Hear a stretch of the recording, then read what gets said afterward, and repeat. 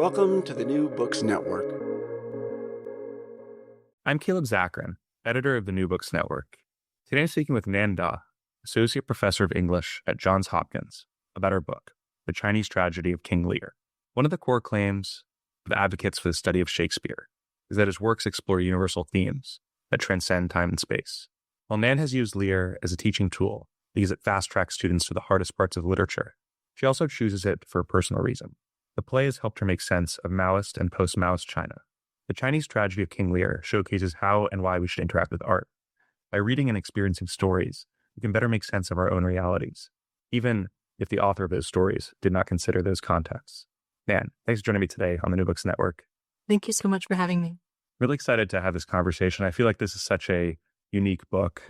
It's at once an academic work, so there's quite a bit of research and an analysis of a textual analysis, but there's also a personal element too, which I feel really offers a unique perspective on Shakespeare's works. There's probably very few people that have been written about to the extent that Shakespeare has been written about, and his works have been analyzed. And I think this is quite a fresh perspective, which is really exciting to see, 500 years afterwards. So I was wondering, before jumping into the book, if you could just tell us a little about yourself and your background. Well, I'm an English professor. I have been one for about a decade. My specialty is in 19th century American literature. That's how I was trained. I don't know what more to say besides that. I was born in China, and I immigrated to the U.S. at quite a young age, at the age of 6. Did you always expect to become an English professor? I wasn't particularly good at much else. It's one of my favorite kind of sense of, one's professional calling is that it's the only thing that I'm sort of remotely good at. I would say that literary criticism is very important to me. A lot of the crimes and wrongings that my family and over a billion people were subjected to were crimes and wrongings that began with, unethical or lazy literary critical thinking. I really think of literary criticism as a kind of ground zero. Yeah. Absolutely. Literary criticism is interesting because obviously on some level I feel like the way in which people first learn how to do a critical thinking in a way. We start with textual analysis. We start by reading books or just thinking through it, whether it's a religious text, which oftentimes people is their first encounter with criticism. But there really is something so important when you dig beneath why we're doing this. There's a moral reason in a way. When you think about a play like King Lear, I'm wondering how it first appeared to you and when you kind of realized that it could be the basis of a book that you would also use as a vehicle to explore your own life and experiences. As I say in the beginning of the book, the thing that struck me most about King Lear was a literary critical insight, not mine, that we have an egregious pro forma at the beginning of the play. Something whose, it's a kind of significant decision whose outcome is already determined in advance, and everybody involved, only has to go through the motions. That's extremely familiar to me as a commonplace phenomenon of everyday life when I was in China. The play has so many opportunities for someone with literary critical insight who isn't trained in anything else. A student of mine noticed that it's not just Lear who has this problem with the pro forma, Cornwall as well. So, after Gloucester's blinded, it's Regan who first tells a servant to turn Gloucester out. And then we know that Gloucester actually exits. And then Cornwall says to another servant, turn out that eyeless villain. So he's someone who's also giving commands sort of after the fact. And that insight is not written about anywhere else. As far as I know, only my student has written about this. It feels very democratic to me, the play. Democratic in that, right? That it rewards in like any kind of attention and insight. You don't have to be a scholar of Shakespeare. You just have to pay attention. More topically, the play is about severe abuse between children and their parents. Abuse of children by their parents and abuse of parents by their children, which is already a Chinese theme, but especially during Maoist China and after. Not asking you to recount every detail of the play, I was wondering if you could give, just for the purposes of this interview, like a very brief overview of the story for listeners. Sure. The play is so interesting because so little happens in it. Begins with a conversation between Kent, Lear's servant, and Gloucester, in which we learn something about Gloucester's and his illegitimate son, and we learn that Lear had been planning to divide his kingdom equally between 3 daughters. He famously asks them to profess their love for him and promises to portion out the kingdom according to their responses. His oldest daughter, Goneril, flatters him. Second daughter flatters him even more. And his third daughter, Cordelia, first says nothing and then explains why she cannot perform the task. She is exiled. The minister who speaks up on her behalf is exiled. And then we begin with a kind of like retirement story gone wrong. Lear goes to his first daughter's house and with his 100 knights to keep him company, but to also protect him since he's just disrobed himself of all his powers. Oldest daughter thinks that he's a nuisance. He leaves in a huff, goes to the second daughter, and the second daughter is even worse. They decide to not house any of his soldiers. He storms out into the rain. They don't stop him. Meanwhile, I feel like I'm taking so long with this plot because you almost have to recount every part of it. Like you can't actually take any shortcuts. It's not really prime for summation. And what I say at the beginning of the book is that it's sort of just what happens when like the worst type of people are suddenly licensed to do whatever they want. And then we just begin a kind of, one downsmanship. Like what could be worse than this? And at the end, everyone dies. Almost everyone dies, except Edgar, Gloucester's good son, and Goneril's husband, Albany. So all the offenders die. I don't know if this is a good summary or not. Maybe not. I think, my assumption would be that most listeners are probably familiar with King Lear if they haven't read it or seen it in some capacity. I hope so, that they're not relying on this summary. Yeah, I think it's just good for situating because you take this story, it's obviously the basis, then you use it, you explore the themes in it by essentially considering its similarities to China in various ways.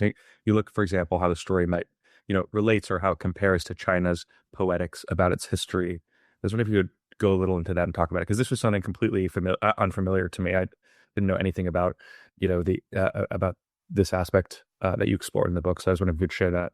So the critic who is a beloved and who has to speak truth to a beloved is a kind of perennial theme in Chinese history, Chinese political tragedy. The play understands how difficult that is. Since a critical reflex is so valued that we've sort of forgotten the difficulty of it. I think King Lear understands that difficulty at the highest order. That speaking truth to power is something that its end logic is killing. There is no way out. And Freud says this, but of course he doesn't tether it to the predicament of criticism. He just says that Lear's play, in which everything is pretext for death, It's just Lear has to die, and everything that happens from the beginning, between the beginning and the end, is just how long it takes to get there. So it attaches the right kind of outcome to this form of criticism, and actually understands criticism to be tragic. How do you see Lear connecting to Maoist China? In so many ways. I mean, Maoist China is a problem of flattery. We can just start with the simples. It's a problem of flattery. It's a problem of, unconsidered redistribution. Yeah. And the play certainly is the most communist themed play. Even Gloucester says, and distribution should undo access, and each man had enough, which is a wonderful thought. But it doesn't go well. So it's one way to understand this relationship to Maoism. The reaction to the play have also reminded me of what happened to people under Maoism. People will say that Lear's insane, when he's not. I cannot really, would you not hold a feather to your just dead child to see if she might still be alive? Would you not be enraged in this way if you were treated? There's a way of there's a kind of plan of discreditation that runs throughout the play. Discreditation, even in plot, the victim has a really hard time, making the case to others that they are in fact victims. The tick of it also feels very familiar. It's kind of this sparse play that thinks about teeming populations, and it's a kind of lonely play where people are quite immobilized. None of them are really going anywhere. They're certainly not going to Dover. They're nowhere near Dover. They're very stuck, right? Everyone's sort of just isolated in this horrible space where, cruelties will just be enacted. It's just a matter of when. For you, looking at the history of Maoism, what was that experience like for you during that research? I think for the longest time, I didn't really want to read about it. I didn't really want to read about all of it. One thing that I understood about Maoism is that you can't start in the Cultural Revolution. To start much, much earlier, in the 1930s. So insofar as this play and all Shakespeare's historical tragedies wonder about beginnings, how does this begin? I was really hesitant to learn that. But I did for the purpose of this book. And it was kind of horrendous, truly, because it doesn't, lots of things are given new names, but essentially the same thing is enacted over the course of decades. And it's at once a kind of boring story. It doesn't have any of the glamour of Nazism. And it's a kind of slow and boring and very cruel story that doesn't even really reward you with interesting logic. So you can see why someone wouldn't really want to learn about it. But I'm glad I did. I'm wondering if you would feel comfortable sharing a little bit about how some of the themes in tragedy and Lear connected with your own personal experience. I think seeing Lear is willing to think about severe abuse of the elderly. And that is a theme. In the book, I talk about my grandparents who were, tied up and spat on and peed on, and that was sort of one of the lighter instances. My grandfather told me these harrowing stories from the world of Peking Opera during the Chinese Cultural Revolution, which became a particularly cruel place because the art form is already cruel. And so there's already a lot of built-up resentment between pupils and their instructors, between the young and the old. And once abuse was licensed at scale, there was a Chinese opera actor who was scalded with boiling water until he died. That level of cruelty is hard to look at, and I think Lear looks at it. Also, abuse of the young, wronging your child for no other reason than that you really aren't that bright, just like out of sheer stupidity. You wrong the good child, or you turn your backs on the actually faithful. All of that. You mentioned that it's almost, the story of it, it's almost, there isn't a logic to it. It's almost not interesting. And oftentimes when we think of plays or any kind of, story, there's supposed to be some propulsive plot elements. There's a logic in a way.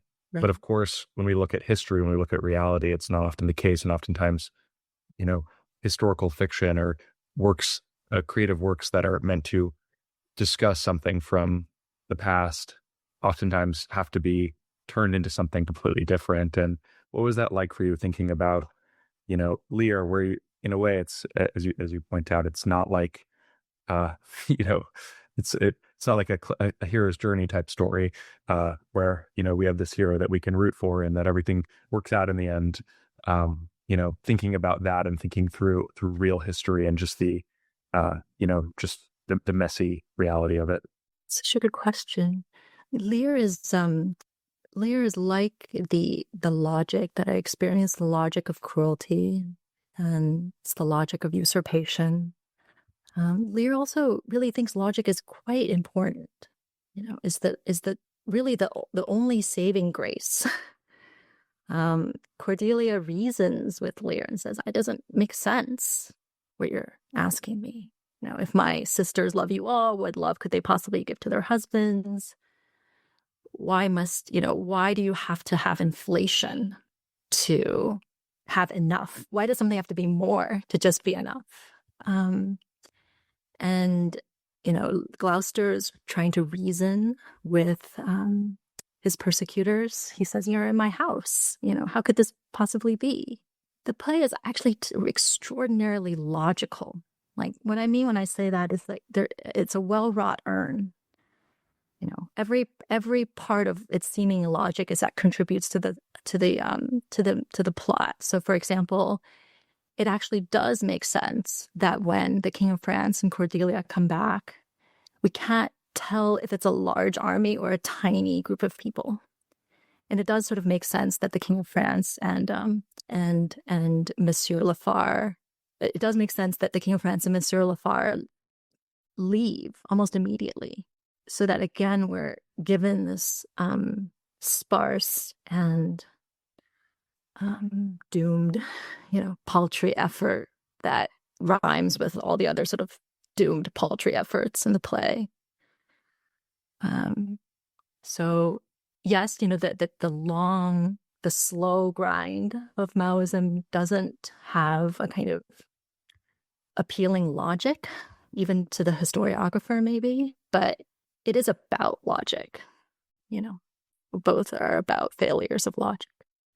I'm curious if you agree with this observation in general, but my experience of people that are quite well trained in literary criticism is that a skill that they have that might be different from someone who's maybe just a student initiate, is that students, when given enough time, can come up with some pretty interesting close readings of sentences or sections, but what can be difficult is understanding the overall structure, how everything fits together, where someone who's quite trained and seasoned in literary criticism is quite good at seeing the structure of a story, how it all fits together.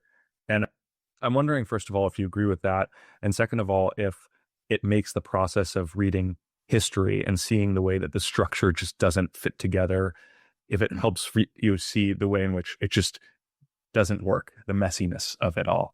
Yeah, and students can be great readers. And I think you're right. Structural understanding has to be paid for by understanding. Like history is what hurts. Structure is also what hurts. But students are fantastic readers. The student who came up with that reading of Cornwall, Connor McLean, wrote a really great paper about the difference between the folio and the quarto editions, specifically what's missing. An exercise that I have students do is I ask them to go back and see which parts they've misremembered the parts where they really thought they knew how things went, and instead it was something else. And of course, that's a very difficult exercise. You have to have some sense of where that might be. But they came up with great responses, and in their own way, tried to connect it to broader themes. Like, it takes a long time for everybody to get in the hovel, longer than one might think. And it's not entirely clear why they don't go with Gloucester. There are a lot of kind of puzzling little things like that. And students have, connected that to the greater kind of illogic or poor planning that happens in the play. They've connected it to this kind of anarchic, totalitarian energy that's in the play. So they will make connections as they will, but they can be as good as, they really can be as good as anybody's. Yeah. Yeah. I love that exercise of going back and seeing what you misremembered is great in many ways, because I think it has students embrace the imperfections that come with reading. I think that oftentimes students can be so afraid of demonstrating knowledge and being perfect that sometimes having an exercise like that where they get to be imperfect, and that's part of the interesting aspect of it, is actually quite brilliant, I think. Yeah. And it kind of creates a kind of culture of criticism and revision, right? Because they can be so wrong, can be so right. wrong about Lear, and people will just say anything. They'll say things like, this one still gets me. They'll say that Cordelia only says nothing. Like, that's the only thing she says in response to Lear's prompt. But she says a great deal more than that. So a lot of projection also goes into, the fewer projections, the better.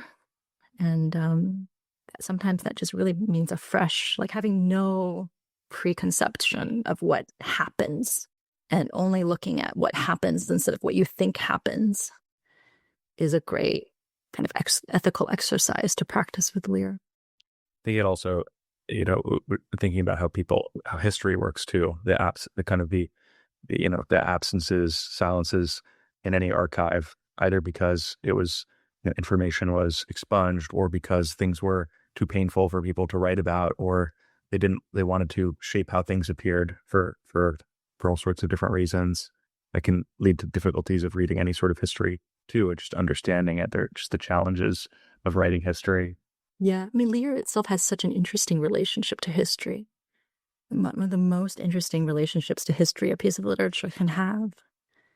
It's like both not just both, it's every kind of historiographic and innovativeness. First, I'm going to take this kind of, chronicle from Holinshed and tweak it just so, right? Like it's such a exquisite form of tweaking.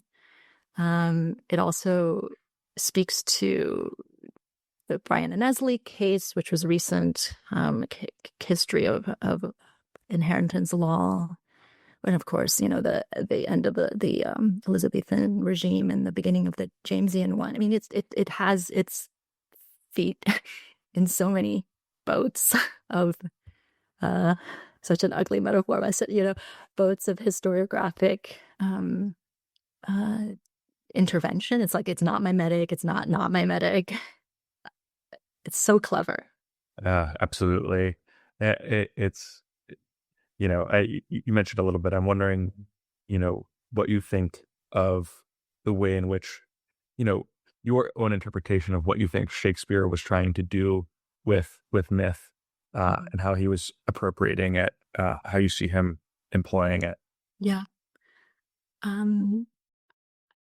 There's a scholar, I can't remember her name, who argues that King Lear is set most certainly in the era before Christ, and that it basically represents the end of a kind of pre-Christian working it out for yourself model.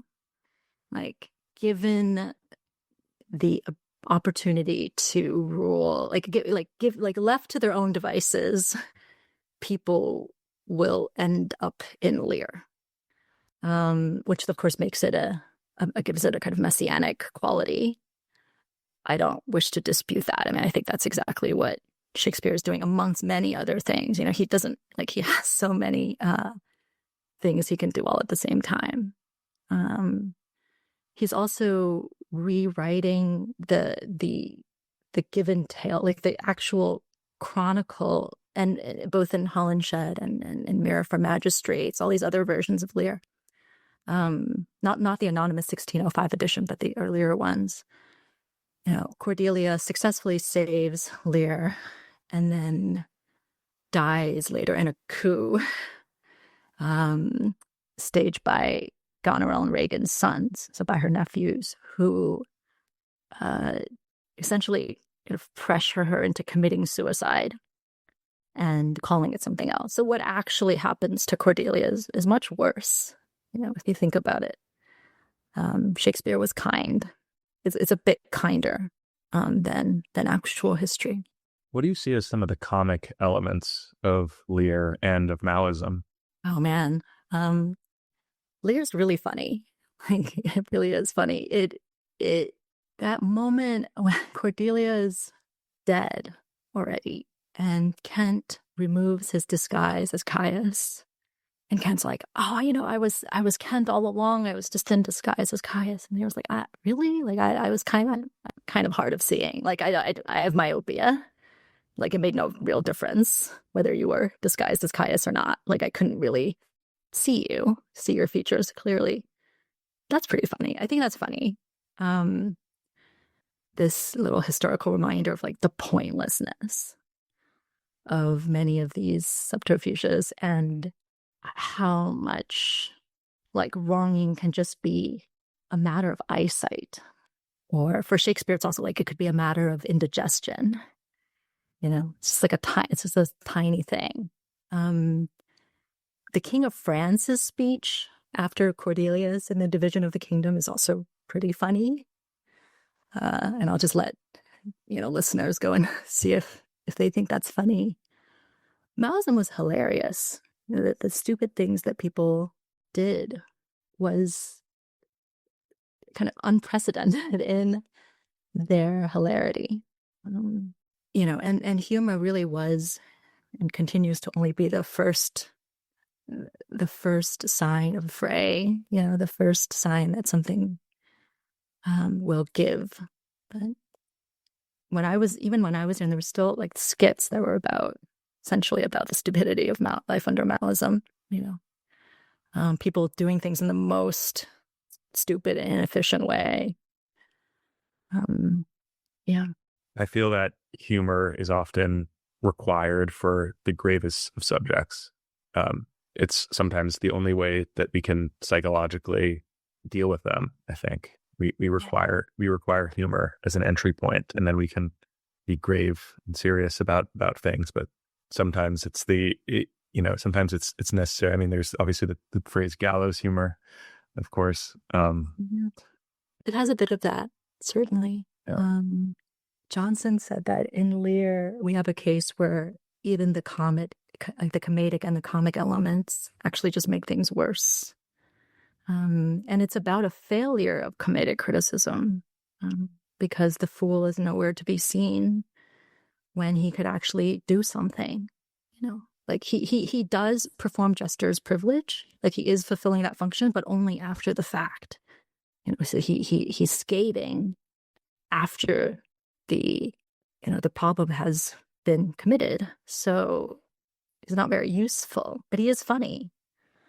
And this is what I mean about Shakespeare's like the well-wrought earnness of it, which is that he's this kind of failure of humor, this kind of failure of critical humor is like exactly what happens in these kinds of scenarios, so it's fitting.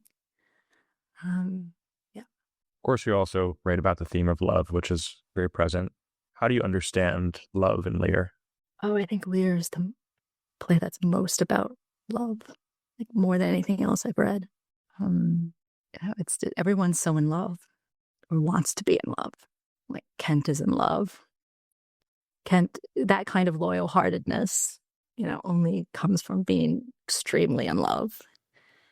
And Cordelia's certainly in love. And Lear's in love. And Goneril and Reagan even wished, they have a kind of like simulation of of desire in extremis, but they don't actually have desire in extremis, but they still want it. And Edmund, Gloucester's bad son, cuts himself to pull off the ploy of convincing Gloucester that the good son Edgar had wished for his death to get an early inheritance and also to send Edgar away, and that works and all. But he shows his father his wound, and Gloucester doesn't make anything of it. It's just like there's so many sad moments like that where, again, a kind of classic Cavelian reading is that there's not enough of it. Like there's not enough acknowledgement and recognition to go around. There just simply isn't. Like there's only one, because it's extreme love, there's only one for one. Like I don't have it for everybody. Not everybody can be recognized and deeply respected, right, in this way, since, only Cordelia's answer really means anything to Lear. Nobody else's words really mean much. So he, that is a sign of love as well. It's to attach so much significance to somebody's words. With this project, I'm wondering two things. I'm wondering how you feel that you understand Lear differently than you did before, and how you understand Chinese history differently. One of the things that I understand about Lear's is, again, this level of compositional perfection. Like how many things are perfect in it. And the only reason I really know that is because I never had to read the play so carefully before. Like part of it is just due diligence, right? When you analogize something to something else, like in Chinese culture, there's this practice of like finding a match for historical idioms. And you have to be in the absurd position of saying, well, this thing that happened to me this morning is exactly like the time of the Three Kingdoms. So you're always doing something a little goofy, right? Like when you're making an analogy. The burden there is to like actually justify the analogy. Like if you can't justify the analogy, then you really sound like a goof, right? So in justifying the analogy, you're just sort of forced to like see what really matches. And in the process of seeing what really matches, you're like, oh, well, that was there in Lear, and that was there. And for Chinese history, maybe a greater Shakespearean arc where you begin to see how the end of tragedy brings in the kind of comedy and romance that sets the stage for tragedy again. I have a better understanding of how generic cycles work in Chinese history. But again, there too, it's just a simple like due diligence. I had to read a lot of it to write this book, and that was helpful. My last question is sort of a question of advice, and how you might counsel someone who's thinking of exploring their own personal history, their own family history, and thinking about a text that they could use to try and understand it. For example, what I like so much about it is that, my family's Jewish, and as part of me is like, if I was going to explore that history, maybe I would pick something by Stefan Zweig or something like someone like him, a novelist from Austria or Germany or something like that. But maybe that would be the wrong choice. Maybe I should go and, look at a different continent, look away from Europe. So how would you counsel someone in thinking about exploring literature that doesn't actually necessarily connect to what they're trying to understand, and how to make those connections? Oh, that's such a good question.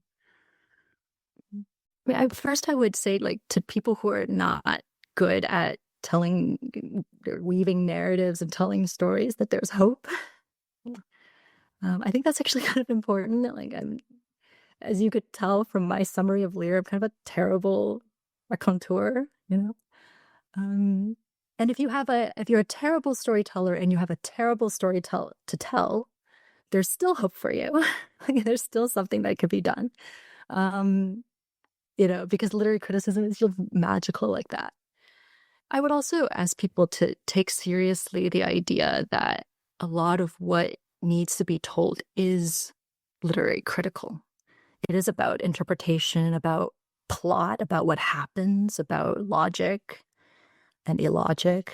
Um, I would love to see, like, the kind of reverse of the story, like the American tragedy of The Dream of the Red Mansions or something. Sure, why not? If a piece of text has done something for you in the way of like logical thinking, if there's something intelligent in it, you can do something with it, right?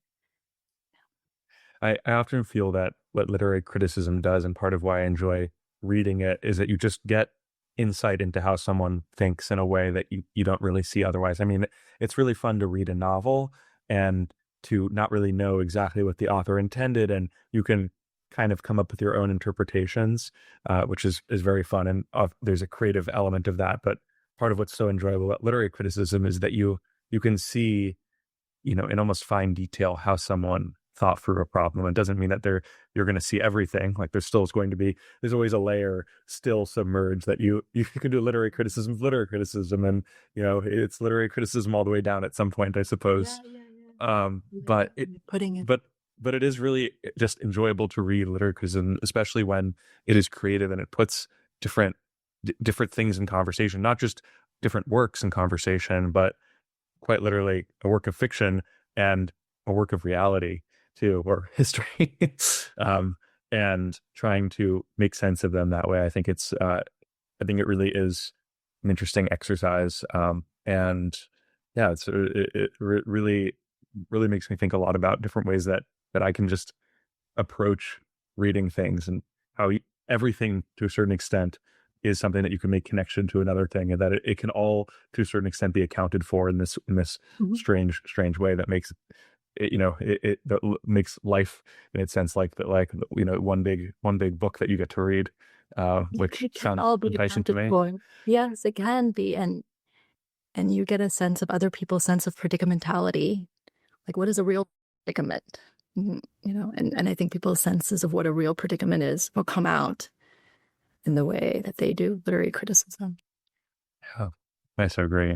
Well, Nan, it was really wonderful to get the chance to speak with you about your book, The Chinese Tragedy of King Lear. Thank you so much for being a guest in the New Books Network. Yeah, thank you so much, Caleb.